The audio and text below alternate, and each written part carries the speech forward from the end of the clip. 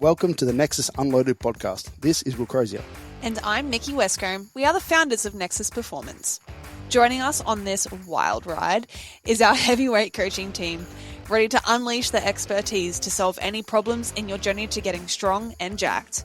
Through our real-world experience, we hope to break things down in a digestible, applicable, and entertaining way. So pump up the volume and let's get into this.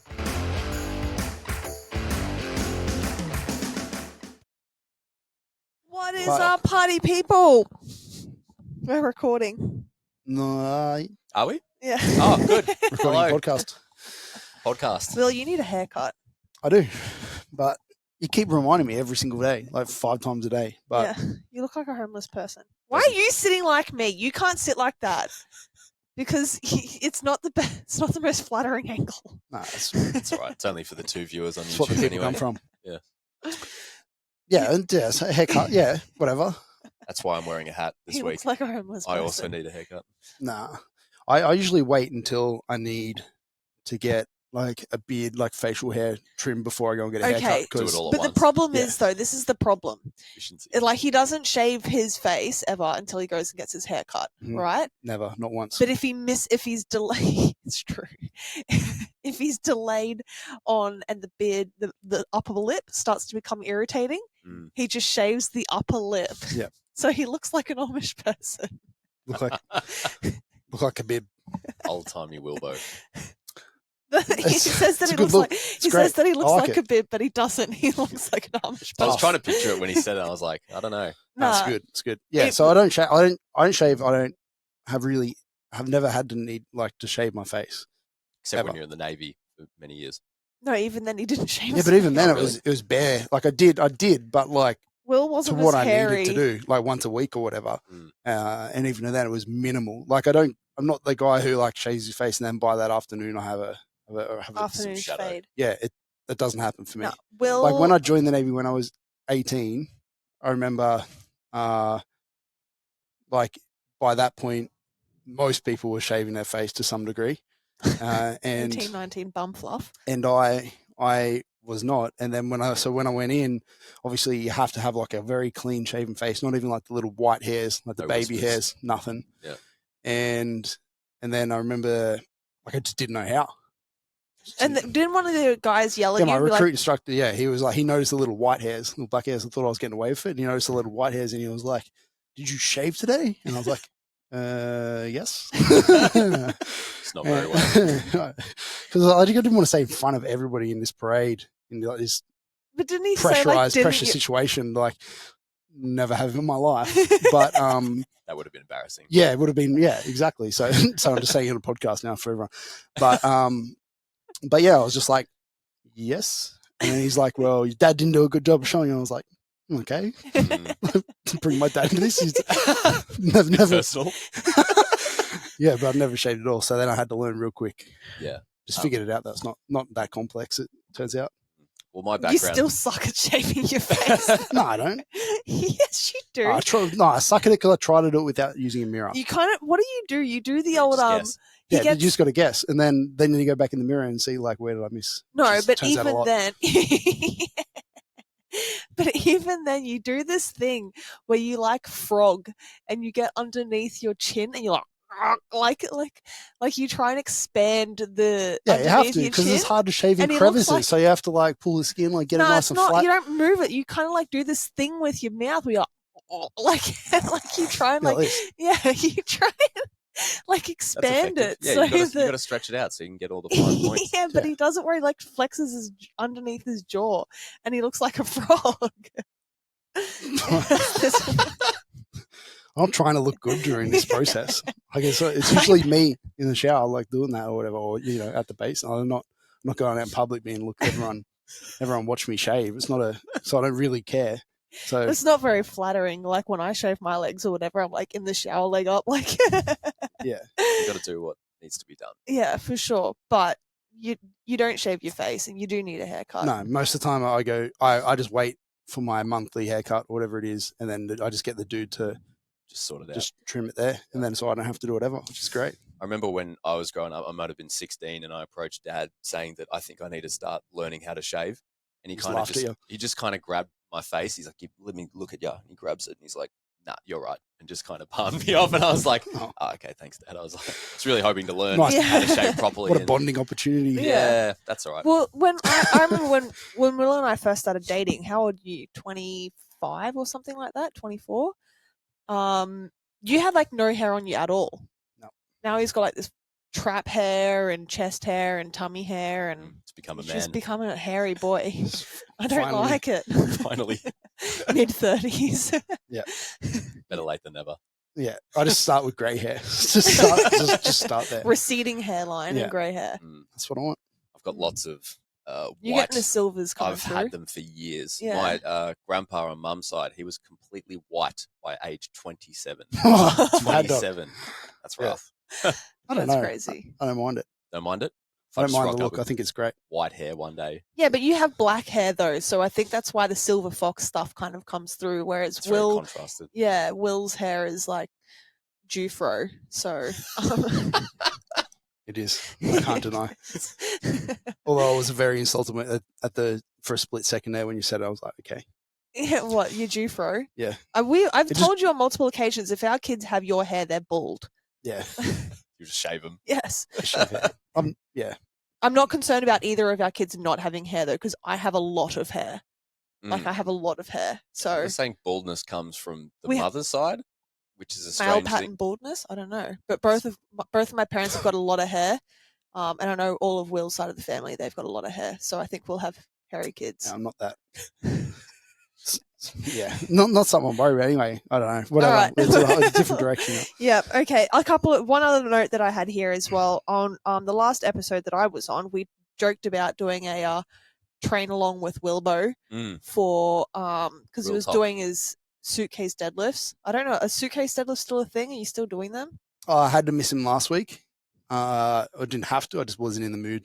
Okay. Which is like I said, the complex periodization system. Really intense progression system that I have in mind for them. Okay. It's just kind of like Do I you feel did doing plan a them? 5-3-1 type rotation, but then Okay. last week I missed the ones. Don't know if I catch up on ones or go back to fives now. Tune in, So Yeah. you did find out. You did triples at 150. Was that Yeah, they were hard. they looked hard. So what were you trying to build up to a single on? What was your anticipated? 170. Okay. 170 would be nice. It's just like I said, like it's just I've realized that as they get heavier, it gets exponentially harder. It's not a straight line at all, because like as soon as it starts to bend you over, Mm. it's really hard to do anything about it. Like it's really hard to We have lock out. we have got a TikTok for you now as well, where I made a video. Will talk. Yeah. Wilbo talk. Will Talk, hashtag Will Talk, Yeah. new trending thing, which has got your Meme central. yeah, that's your fun side of things. But yeah, as I was saying, we were going to do a train along with Will. Yeah. We joked Suitcase about it. deadlifts won't be in there. That's just a joke. So we had a Well, they couple of could be in people. We had a couple of I'll take people message requests. about it. We had a couple of people message about it. So I think we'll open up a train along with Will program. It'll just be like a 6-week program. Yep. And we'll open 6 up. weeks. I don't know. What do A you bit want? longer than that. A bit longer. 12 or something. Get some actual training outcomes out of it. For sure. We'll try and fine tune some details Yeah, over we've got the to fine tune the weekend. details. We've got to fine tune exactly what the goal is. It'll probably be a deadlift. It'll probably be a max deadlift. Considering that's probably my end of year goal. Mm. And then, peeking towards a heavy deadlift. So it'll be like I wouldn't say a deadlift only cycle, but it's definitely a deadlift biased training blocks. And then, but with this though, it's by application only. Okay. I'm setting the rules for this. Will's just running along with it. You just Just train gotta along with train Will, but if he shows up. I set the Oh, yeah. No, I set will. the rules. I will. So it'd be application only. That way, it's actually based on what people's goals are and making sure that it is the right program for them. We don't want people just to randomly fucking jump in on a program, and it's completely backwards, or they've got injuries or niggles. So there's if your goals don't suit. Yeah. So I have got an Yeah. application form that I'll be emailing out. And in that application form, we'll have a few questions and stuff like that people can answer. We're only allowing 25 people though. Yeah, but I think you should go through the pros of this thing, because so far you've just said you're just running a program like any The other features program. of it. I think the benefits of it, again, I don't know. You train along You're the with one Will. that's written it. Yeah, but we would all be running the same program, so Mhm. it'd be like a little bit of a group challenge, like Mhm. everybody's kind of like doing the same shit, so we can compare. There'll be somewhat of a community aspect to that, so we'll create like whether it's a Discord, probably in Discord the just on the in same the thing. app, we do actually have a community forum in there, so I might do a train along with Will community forum. In app. Yeah. Yep. An in-app forum. But anyway, there'll be somewhere where we can all Shit talk. discuss and talk shit yes. and post up our PBs that we will no doubt be hitting on the deadlift and suitcase deadlifts if you are so inclined. And just training and be like a little community type bit of fun product with it. It won't be because otherwise the argument will be like, oh, why don't I just pay Will to write me a deadlift program rather than running his one? You know what I mean? But it's that community aspect. Well, at the moment, Will currently is not taking anyone on, isn't Will? Yeah. Will isn't. Yes. Will isn't taking anyone on. So not in a one-on-one coached capacity. Yeah. At the moment. Yes. At the moment. Nexus but we always have spots. Nexus has spots, and we do I do a wait list as well. So don't let that discourage you. Yeah. But if you're waiting around, you've got an opportunity to jump on and do some train with Wilbo. Train along with Wilbo. Wilbo Baggins. Yeah. We'll release more details and stuff like that, but I just wanted to drop that in here because I mentioned it on the last thing. We'll have a bit of fun with it. Yeah, I'm keen for it. It'll bring back some little bit of excitement, maybe. Because the good thing about training if we use the gym as an example, the good thing about training in a gym environment like ours is that community aspect, and especially if you're in like the small group sessions and stuff, is that you're accountable to multiple people within there, not just your coach, because it's easy to kind of like go, yeah, coach, I fucked up, missed a session, and like it's just one person. But when there's like your coach, the person that's writing the program, coaching you through it, but also like all these other people who are like waiting on you and training with you and expect you to be there or whatever. Yeah. In this, it adds another layer of accountability. So it'd be accountability for me and for everybody, and keep each other accountable. Yeah. We did have one of our semi-private members miss a session due to some sickness. Yeah, I called him a dog. So we made sure that we bullied him accordingly for that. And he won't Alex do it sent again. him a video of me calling him a dog. Yeah. Wow. With Bowser there calling him a dog too. Compliment from Bowser. Yeah. All in good spirit, of course. He said, "Row, row, row." Yeah. Nah, he was he pulled a sickie, so it's all right. We'll bash him up later. Yeah. Yeah, we'll get back to it. Punish him. Cool. So we're going to move on to the actual topic for today. Yep. Which is a common question that comes up all the time in powerlifting. And I think maybe less so these days, but it's still definitely a thing that floats around, and for good reason, because I can understand it. And the topic is like, do powerlifters need to train abs? And I think it's been answered a lot, but I guess not by you. No, and I guess it's not by us, and I guess it's not the reason why you would be forgiven for thinking that the answer might be no is the common one that's put out there is, hey, when I do a squat, bench, and deadlift, my abs come into that. Yep. So they're being somewhat trained through those movements, and then you hear about things like specificity, and it's like if you want to get good at squats, you do squats. If you want to get good at deadlifts, you do deadlifts. If you want to get good at squats, you don't do crunches. But so you can see how that breaks down the line of maybe they're not worth doing, maybe they're not specific enough, maybe we don't care. But then the counter argument, the counter mindset to that would be like, well, if you wanted to get why do bicep curls if I want big arms? Because I can just do rows that involve my biceps. I'll just do rows, and then my biceps will come into that. I'll get big arms. Everybody wins. I get a big back and big arms. Fuck yeah. Whereas, that to a degree. Yes. But if you want, if you're a complete rank beginner and you have literally no arms and you go and do some rows, your arms are probably going to grow a little bit, but they're going to get a limited stimulus because your back is there to help. And if you are doing a row correctly in the way that I would want you to set up and stuff, we do it on purpose so that your back is the limiting factor, so we can make your back bigger and your biceps are getting a little bit of stimulus, but maybe when your back gives out, your arms are still at least a few reps, if not, 5-6 reps from failure type thing. So they're getting they're coming into a little bit, but they're certainly far from failing. And failing is the point, is the biggest contributor to hypertrophy, to growth, to stimulus that makes you grow. So, in that scenario, you'd go, like, yeah, actually, fuck, make him doing a couple of sets of bicep curls on top of rows, on top of pull downs, on top of back stuff.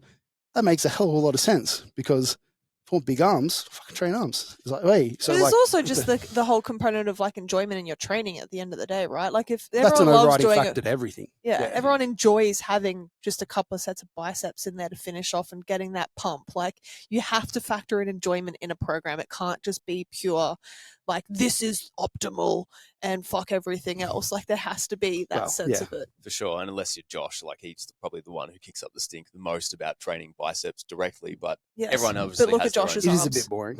Yeah, he's little girl arms. That's why. I know he listens. He'll love that. He's going to roast me on this podcast when he jumps on. But the way that I kind of read the question, it's like, do powerlifters need to train abs? It's like, well, yes, you're probably going to get a lot of indirect training, but are we talking about direct training? And then when would direct training to the abs be relevant and what for in the context of powerlifting, right? Yeah, well, they're at the end of the day, like they're not viewed as such, as in like we don't view them. Like if I said to you, what do you think of like what are the big muscles that make up a bodybuilder? And they're like, oh yeah, you got to do your chest day, you got to do your back day, you got to do your arm day, you got to do your leg day. Like you're never doing an ab day. So like they're kind of like an overlooked muscle, I guess, in the sense of like we want to make this thing bigger. Yeah, like because I don't know, even having bigger abs like appeal. Like it's not something that I'd like to have big abs. Well, yeah, but most kids out there aren't going like, fuck, I can't wait to like train my abs. Everyone wants to have a six pack though, right? Yeah. I guess the thing is that like when you're looking at abs, like having a bigger abs absolutely comes into definition of the abs, but like everybody has them to a degree, and like if you diet enough, you'll see them. So like there's that argument to it. But I would argue, hey, like they're a muscle like anything else. Multiple muscles in there, heaps of muscles. So just like any other muscle in the body, they probably deserve a little bit of direct attention. And when it comes to powerlifting in particular, which is what we're talking about, I think you have to view this conversation in a slightly different light. Like if we go back to the, hey, squat, bench, and deadlift are enough for abs and they work, I would say that's not the case because like just imagine that if you did the same, when you look at a squat and you look at what you're doing with your abs in that, you're just isometrically kind of contracting them. The same as like if I was to try and grow my biceps, if I'm just standing there just flexing my arm in the mirror, just looking, going like, look at that, Sick. look at that peak, look at that peak. I'm there with Arnold with the peak. Say it again. And I'm just sitting there and just holding that isometric contraction for 30 seconds or whatever it is, just peaking. Does anybody in their right mind think that that's going to contribute? Like, I'm sure you'll feel your bicep. Your bicep will even feel a little bit tired after it.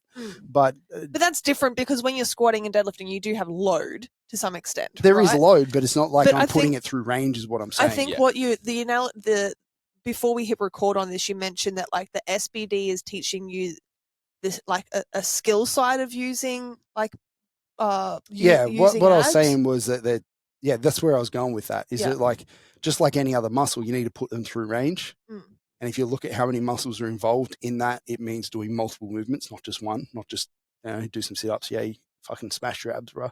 You hit a couple of them, take a couple of them through range, but you can break it down if you wanted to and look at how to take them all through range, which we'll talk about a little bit coming.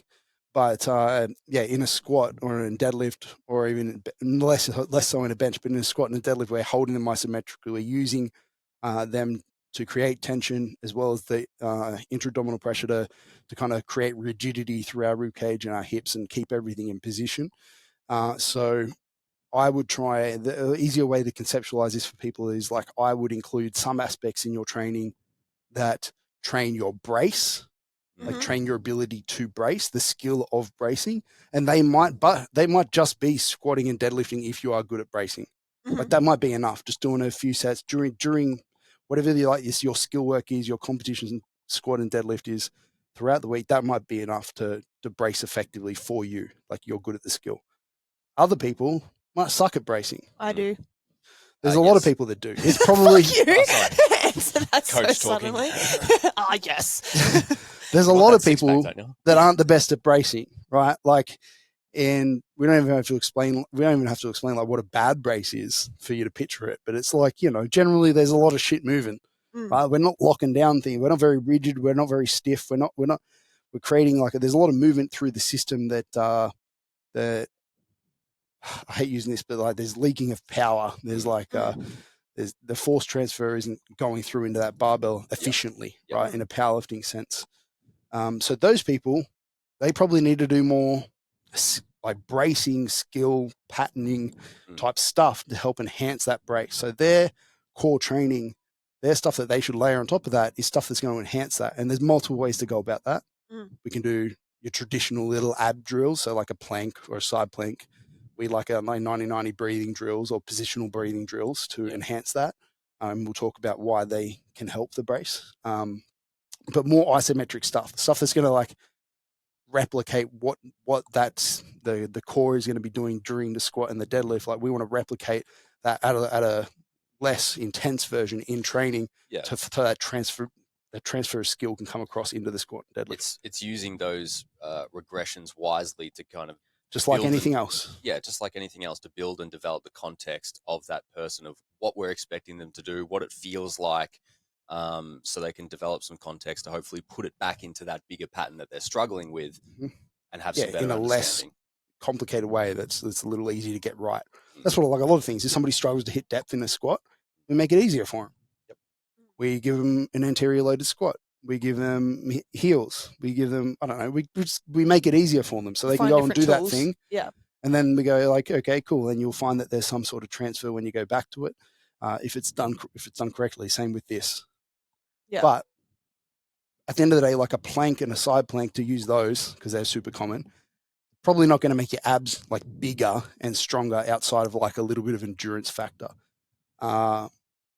So I would try and, again, view them in a sense of, hey, like this is preparing me for the skill of bracing. I'm doing this to upskill in the brace sense so I can transfer it into my squat and deadlift with the goal of eventually just being able to squat and deadlift being my like bracing practice. Yeah. And then we've got on the other side of this, training the abs, putting the abs through range. Like we said, if we look at where, like if I wanted to train my bicep, I'm going to look where it attaches at one end, where it attaches from the other end. And I'm going to go, hey, fuck, I want to make that thing longer. I want to lengthen that. And then I'm going to shorten that. Peak it, absolutely peak the hell out of it so I can get my Arnie on. And that's going to cause muscle damage, muscle stress, tension through that muscle, and it's going to grow in response to that. So I want to do that at the abs as well. It's just a little bit harder to visualize because it's a little bit more, well, there's a bit more going on. Yeah. Especially with your pot belly.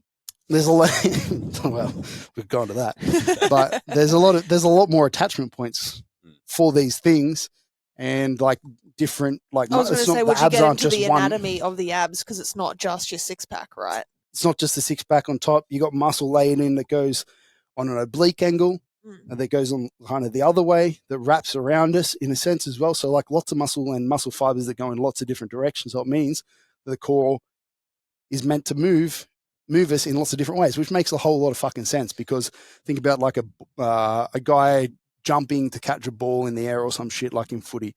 Like he's going to have to twist and bend and like rotate, extend, flex, like do all these funky ass fucking movements and have a lot of just options at the midsection to be able to get into positions to do that particular task. Like we're meant to be pretty fucking movable through there, right? So like it makes sense that there's lots of different muscle going in lots of different directions, so I can do lots of different jobs, stabilize us in different positions. So like people would maybe sometimes say that, if you're confined to powerlifting, go like, if we want to create stability in the core, that means not moving. I mean, everything being locked down, and that's true in a squat and a deadlift and that. But like stability in any other aspect of the way, even just fucking walking, like means things are moving and things are able to move in the way they're meant to move. Definitely not as desired in that context. Yeah. So it's a bit different, but your core is meant to move. Shit's meant to move. And if you want things to get bigger and stronger, you have to put them through range. So flexion, extension, lateral movement, rotation. Rotation. Can you rotate? Give us your best rotation. I can rotate, but that again, this comes You actually best golfers swing. Not I was going to comment before on how he was demonstrating the movements in these sharp, jagged, rigid kind of robotic kind of movements. well, that's what it ends up being if you don't. If Don't do that you're stuff. stiff and rigid like a powerlifter, because the qualities that make me really good at squatting and deadlifting heaps and fucking load in a bilateral stance. Is that you don't have that access to all of those ranges? Well, I can't. Yeah, I'm very stable in that way. Yes. I train myself to not be able to move. Yes. Powerlifting, in a sense, is a sport of who can not move the best, but like in a controlled sense to just within the rules. Yeah. Like who can just hit depth and not hip shift, not fucking rotate, not have anything fucking move except for straight up and down. Yeah. Like that's, again, going back to the freight train analogy we've used a few times in this podcast now. Yeah. We're the trains. Yeah. We are the trains. Big fucking steam engine just punching you in the face. Yeah. Not straight along the tracks. Yeah, Very we don't care about little going left, right. No. If this was footy, it would run straight, run fucking straight, just over the top of you. That's what we're doing as powerlifters. Yeah. There's no sidestepping here. Not so great for anything else in life. Not but really. You were Not mentioning great. before about how like bodybuilders or any other athletes and stuff like that, like powerlifters, if they go to other sports. Yeah, we're not usually great at it. Yeah. If we're a good powerlifter. Mm. And that's not to say that I can't, like, if I do one Learn low it. bar squat, I'll give up Yeah. on everything else, throw your Yeah. life away. But you can definitely balance it out somewhat. But Yes. like typically, if you're a really, really good powerlifter, you're going to create qualities that make you good at powerlifting that make you less good at other things, as in you won't be able to rotate amazingly well. Yeah, but But it doesn't matter. you're willing to That's make at that those top level. sacrifices. Yeah, and you're willing Yes. to make those sacrifices to be the top level powerlifter. Yeah, it's the same with like when we've talked about health implications and stuff Mm. before. If I'm at a low level and I'm trying to get bigger, stronger, fitter, healthier, blah, blah, blah, all these things, they're usually very linear lines. They ride together. Getting stronger, for the most part, Is I gonna would get say bigger. is going to get bigger and is going to get healthy. Like that person's going to be healthier for an average Gen Pop person. Mm. There's definitely a certain part in sports, It and starts it's to become a different tipping point. different for different sports. But Yeah. like getting stronger is no longer like a healthier thing or is going to help your sport unless you're powerlifting. Mm. But like, you know, in MMA or some shit, like getting bigger, just getting like 1 RM strong for those guys, like isn't really going to make them better at their sport beyond a certain point. For sure. There's going to be a threshold. Trade-offs. Yeah. So Mhm.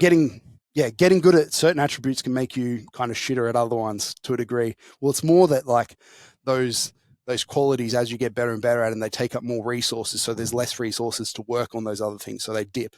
Like if you would just had all hours of the day to train, all infinite sources of energy and everything, and were able to train all of them, like you're able to come here, do your strength session in the morning, then at lunchtime go for a fucking 10K, and then in the afternoon go and do like some other thing. Like you'd be able to get all those qualities at once, but it's just not possible. Like it just Not in the real world. Peaking each of them. not in the yes. Yeah. Give us another flex. No flexes here. My biceps are actually Very definitely small. one of my They hit- weakest. Yes. Uh, Along with your if I went and did bodybuilding, they'd laugh at me. They'd Yeah. be like, go train your arms. biceps and your chest. Yeah. You have no chest. Yeah, but I train my chest. That's the annoying part. It's there. It's just I'm not built well for it. You don't have my like arms, those- I do like one set of biceps and I'm like, fuck, this is fucking terrible. Yeah, you don't have those big like man tartars like Larry Nah. Wheels and stuff like that. Nah, big it's unfair. drooping Mm. drooping titty. Big Yeah. tits, yeah. Yeah. Yeah, it's One not me. day. Nah, never. I wish. I've tried hard. Like, I've been at this for well over a decade and I'm not even close. So. I remember there was a program that Jamie wrote for you that was like just flies for days. You were just Yeah. doing so much fly I was doing a volume heap of and benching and chest. then five sets of flies. I I actually maxed remember out the that machine. program. I remember seeing that when I think we went through it on the mentorship. He's like, Oh, "I'm doing dog, this you for- didn't. No. for Will Rose, yeah." That's all right. Trying to get him some tits. Yeah. Yeah, pretty good. Yeah, you I did. maxed out the machine. Yeah, he legit maxed out the fly machine. This He one was that we got here. no, Yeah. at EMF. But I can Yeah. max that one out too easy. After this, we'll go. Let's see it. Okay, Will get back talk. to training abs. Oh. All right. Oh, Mickey, you're real fun. So I've gone down a lot of these avenues already that we have written down. But yeah, isometric core training is an entry. I think this is a good point. It's an entry point. Like things like a plank or a side plank, it's an entry point for a lot of people. And like I said, it's a skill thing to get you better at it. But like you still see guys that squat 400 kilos walk out and start doing planks as like their warm-ups. And I'm just like, are you fucking Mm. Like, Sometimes come they on, just like bro. to feel that. Yeah, You know I what I guess mean? if there's It's like that. doing the 90-90 position. It's just like Yep. Yeah, but you I should like be. to do it I because I can like to be able guarantee to you feel past it. that if you squat, if you add a certain level. Well, it depends. I don't want to big put a they are. number on it, Yeah. but like there is If you're squatting 400, then you probably should. probably your brace is probably pretty good. Yeah. Abs are working at that point. Yeah. Yeah, and all I want to say on that is that it's progressional. There's these drills, just like any other exercise and any other stream that we go down, are progressional. And like I said, the goal would be on these skill exercises, these bracing exercises, to kind of eradicate them to a degree, or like minimize them to a degree. Maybe we're just doing like as a quick warm up or whatever, but then we go and do the fucking thing, and that's our stimulus. But yeah, I just the point here that I've got is how many people, if we drove down a Good Life right now, how many people on the floor, like elderly people, any population, anything, how many of them can do like a plank for 60 seconds? A lot. Like deep, like it. Are you talking about like geriatrics, or are we talking just like gen maybe pop? not even 60 seconds. Let's go 30 seconds. Let's make the barrier a little bit lower. Yeah. But like a decent amount general of them, population, people will be able to hold a plank for 30 seconds. yeah, it's not that hard of a goal. It's pretty. If you go and do it every day for a bit, like a fucking home, you get pretty quickly be there. It's a pretty low threshold thing. Now, so therefore, like if I see if the pool of people that can do a 30-second plank, how many of them are great squatters? And probably not many. No, that's what I mean. The correlation is small. Like as in, like it's one that's not going to make that. Like we can use it as a drill, but you still need to squat to get better at squatting. Yeah, of course. I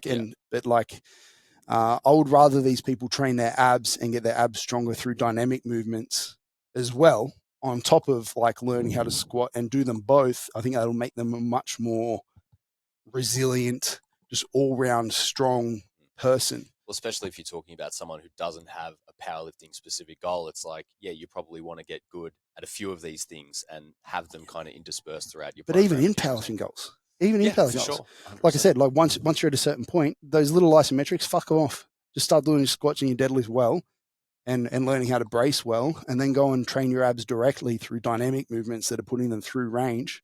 Because the other way that you can think about this is like, we all like to think that at a certain level, like it's taught in powerlifting, and I think it's taught for good reason. Now I teach it like this too. We should be aiming for like a quote unquote neutral spine. We should be aiming for like a fully rigid spine in squats and deadlifts, and we'll get in like how we teach that in a sec. But like, it's not really reality either. Like at some point you're going to shift a little bit, you're going to flex over a little bit. If it's a 1RM deadlift, I can guarantee you right now, like I'm very good at flexing. You're going to round a little bit, even if you're really. I'm pretty fucking good at staying neutral, but I can tell you, like once I get over like 90%, like shit starts bending. Yeah, it's fucking heavy. Yeah, simple as that. And so, like, I think you should be prepared for these positions as well. Like, train yourself to be in these positions, to be a little bit more resilient all round. Don't train yourself to be good at one thing and one thing only, and then as soon as you get out of that position, you throw your back out. Goes to shit. Yeah, that's a good point. Cool. So train rotation, train flexion and extension through range. You don't have to do it all every single week. It could be like different. No, we'll go when we actually go through training the abs here. Yeah. We'll give some examples as to stuff that we like maybe, but so let's go into actual, I guess, practical advice on this now that I've just ranted on it. But like teaching the brace, like how do we do it? How do we teach somebody to brace from the get-go? I walk into the gym, had no idea how to brace. How are you going to teach me how to brace, Alex? Well, we got a couple of notes of just trying to get it into a bit of a simpler format of getting into the position that's going to be optimal for breathing and bracing first off. So we're talking more of a stacked position. We're not talking big flare or overly flexed over the top, although that can really help someone who's a beginner to kind of find what that quality feels like in the abs, and getting them to compress the rib cage, pull everything together, and you've got a better opportunity to particularly get the diaphragm moving and taking in good amount of pressure. To create some good pressure. So if you're fully extended in one direction or fully flexed, like abs, like crunched over in one position, not a really great position to squat or deadlift in. I don't think anybody would argue that. Obviously, most powerlifters that walk into the gym, or most people in general walk in, are pretty extended people. Right. Yeah, but you want to get in a squat and a deadlift, you want to hold a somewhat neutral position, Mm. fairly neutral at the hips, fairly neutral at the spine, at the rib cage, within reason. There's not it's not like we're getting a Perfectly. protractor out and going like, Yeah. you're 1 degree off, buddy, what the fuck? We're going, or the dowel from our episode, the hinge dowel. Yep. We're going like, yeah, it's pretty neutral. Mm. Like that's literally it. Like, close enough. Yep. And then from that, your muscles are in position to do their job. Like now you've put your obliques and your rectus and like all this shit. They're in a position where they're not too lengthened, they're not too shortened, and they can actually create a lot of muscular tension. And then we're going to create pressure within that. Yeah. So when you're in that position, and this is probably a common fault, and to bring it back to the shape or the position, it's also about keeping that shape and position as you go through breathing and bracing, so you don't get that leakage, you don't change it, Yeah. you don't. Definitely the biggest fault in my experience. For sure. And you see a lot of people do it still even under the barbell, and just try and almost flare and take a big breath like that and kind of break. Yeah. And I don't think they try to do that on purpose. I think they're trying to do other things, but we can go into that. Sure. Yeah. But it's, important to keep that position so everything is in line for it to create good pressure. And then to create that pressure, when you take an inhale into that position and you create that pressure pushing out against all that tight musculature, it's then the ability to keep it and to almost brace and lock that down on top of it. So we talk about trying to take the exhale that you would to kind of generate that position and tension, but without the exhale. Like you're trying to almost take a breath out, but push it out with pushing against it with a closed system, a closed mouth, closed nose, so you don't leak any of that pressure. Yeah. So the key word is pressure. Pressure. Like it's all about pressure. Peak pressure. And if we were to jam as much air as we possibly could into an object where the air couldn't escape from, it's going to get a lot of pressure in there. Like we're literally jamming more and more air in there, and it's just there's pressure built in that. I think it's pretty. When you think about pressurized air, that's what we're doing, yeah.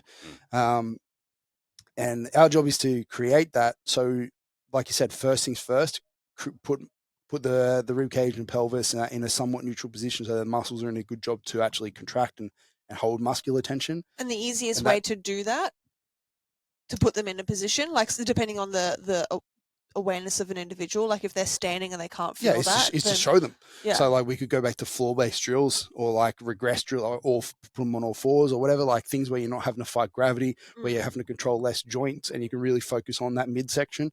We've used like 90-90 drills, lots in positional breathing drills and stuff like that. And like a full exhale is going to he's going to make those muscles work. He's going to make your obliques and those certain muscles contract and draw your ribs towards your hips. And you'll feel that if you exhale enough. If you sit there and keep going out until there's literally nothing left, you'll feel them working really hard. Yeah.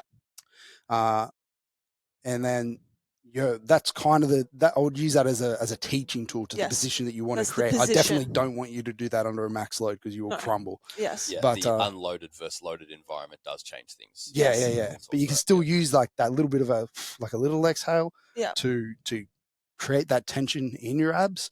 And then between the actual skeletal structure, like putting your hips and ribs there, as well as like this little bit of muscular tension that you've built the can. You've built the canister for the air that you're about to shove in. And then you're going to breathe in. That. You're going to breathe in and try and like jam as much fucking air as you possibly can into that closed space.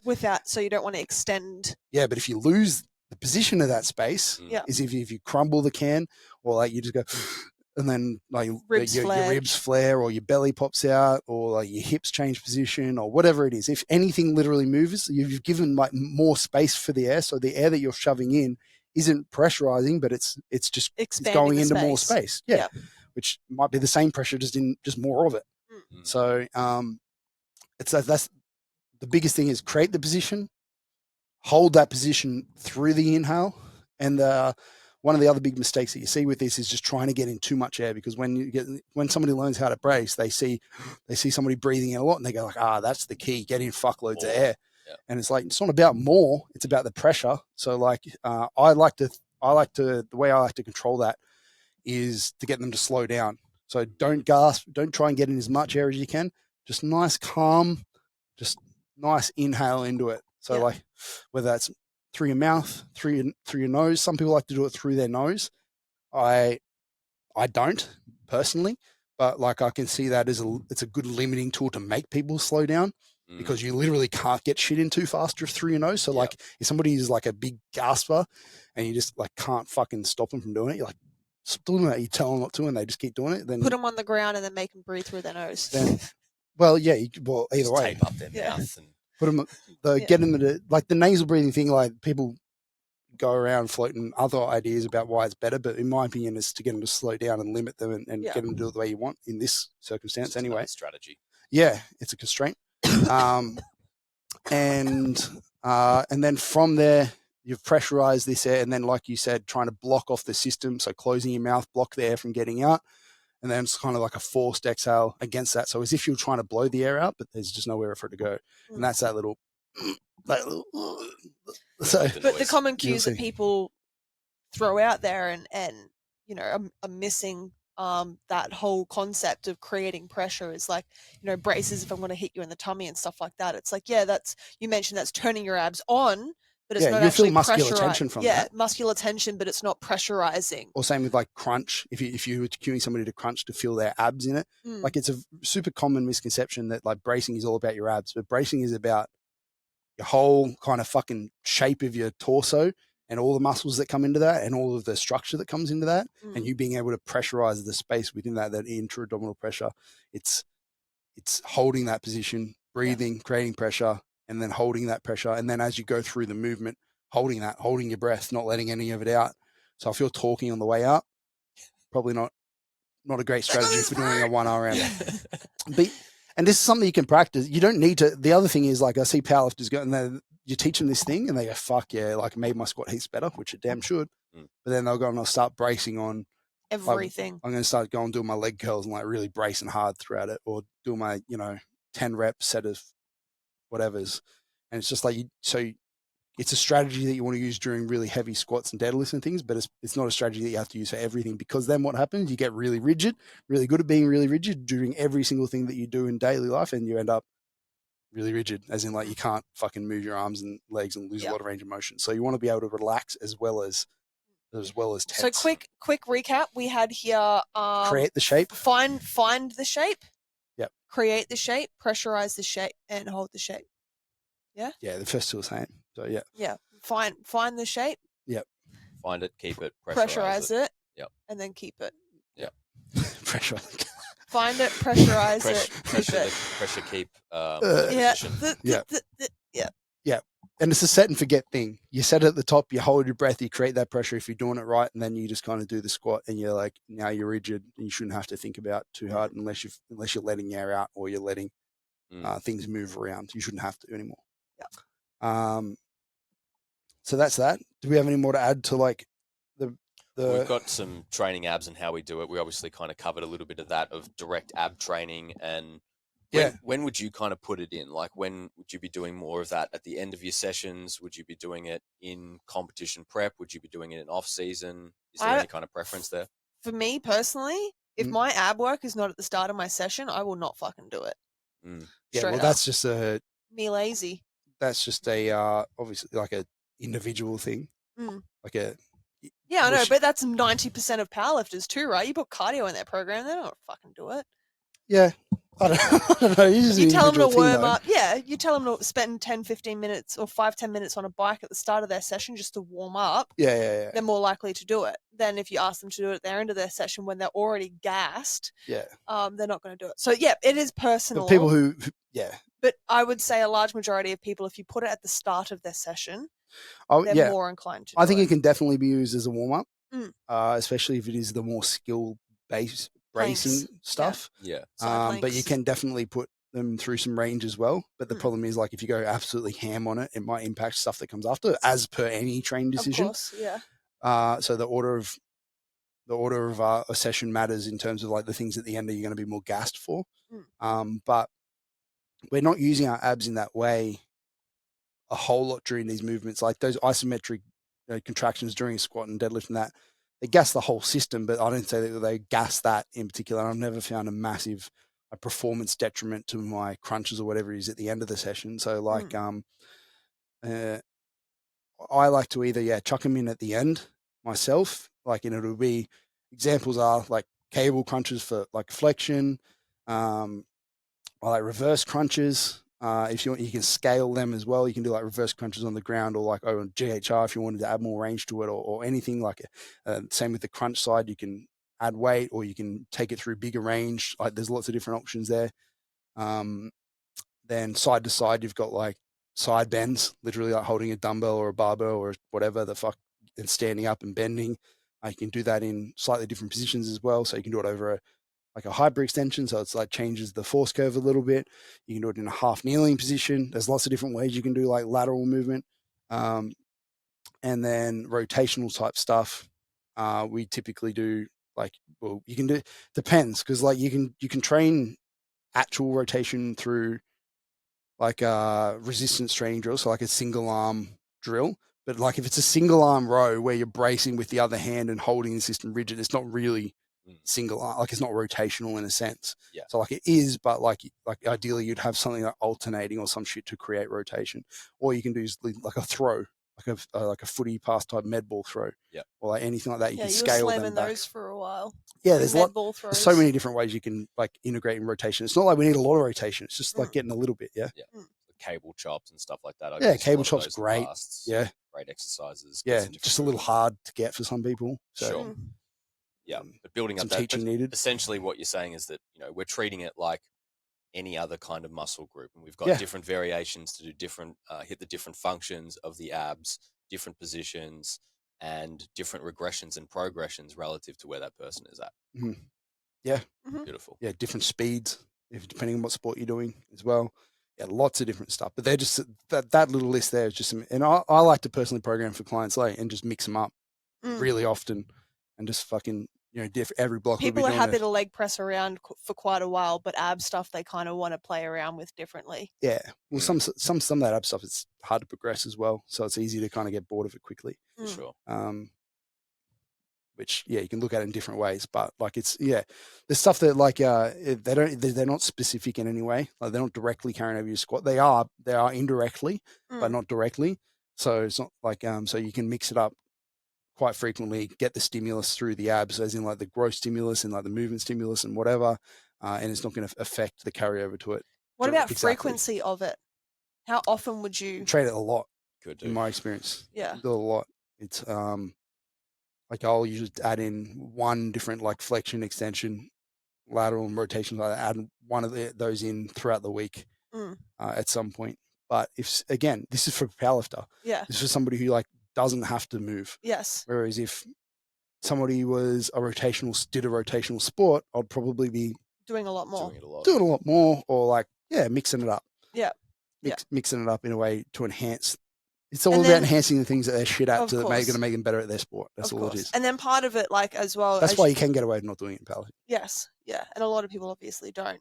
Yeah, but it will make you better. It also won't make you terrible by not doing them. So it's kind of like easy to skip. Yeah, but I think as we highlighted at the start and throughout this entire thing, like if you suck at bracing, then doing some ab work like planks or whatever is going to have a carryover to your SBD work in your ability to brace better.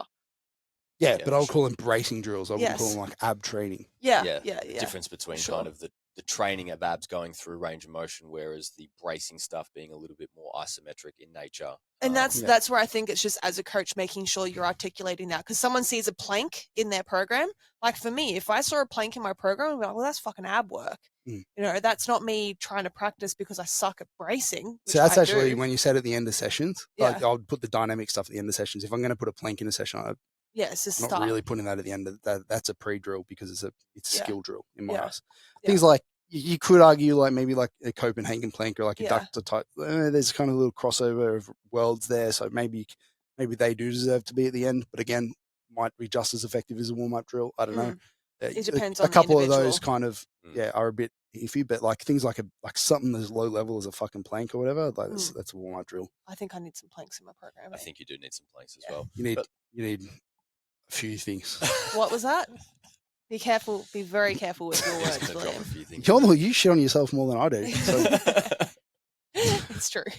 No, but I think it's a good. But I'm looking for affirmations, Will. No, You have to be like, I'm no, not the you're person. not terrible at deadlifting. You're great. I love you, babe. Well done. Good effort. She's already told me she swapped to sumo. We had conventional for a few weeks, and then she's like, "No, Too hard. fuck it, too hard." Yeah, sumo's Go to easy. sumo. Sumo, you may as well cheat, I guess. Sumo is not easy. Neither of them are easier. I suck at both. I'm just less sucky at sumo. Yeah, but I like to make because myself feel better. Positionally, I That's can what it get is. into sumos a little better than my conventional. Yeah. And you even said that as well. So Yeah, shut they up. do look a little bit cleaner. Saw the videos; Yeah. they look good. It's approved. Coach Not bad. approved. Wilbo approved. Yeah. Wilbo tried to make me go like a conventional sumo sort of We played around with different stances and Yeah. stuff. Yeah, which Yeah. you should do. Yes. You know, just fucking roll the dice and land on your first one and go like, that's good. That'll do. Yeah, That'll do. All right. What else do we have in here? that was it. That was pretty much it. We did have a sponsor shout out for our Deadlift for Dogs event. We have our head sponsor, Body Strong Physio, who has also opened up shop in our fine Nexus gym on the Gold Coast here in our rehab room, which is a shame because me and Josh can't go in there and cry on lunchtime anymore. Well, that's what you got this room for. That's what we've got here for, the podcast room. But yeah, Ash has been a member of our gym for a while, and she's big in the powerlifting community as well. Powerlifter, competed in powerlifting yourself. Yep. So she obviously knows the sport. She knows the clientele really well, but she's not exclusive to powerlifting.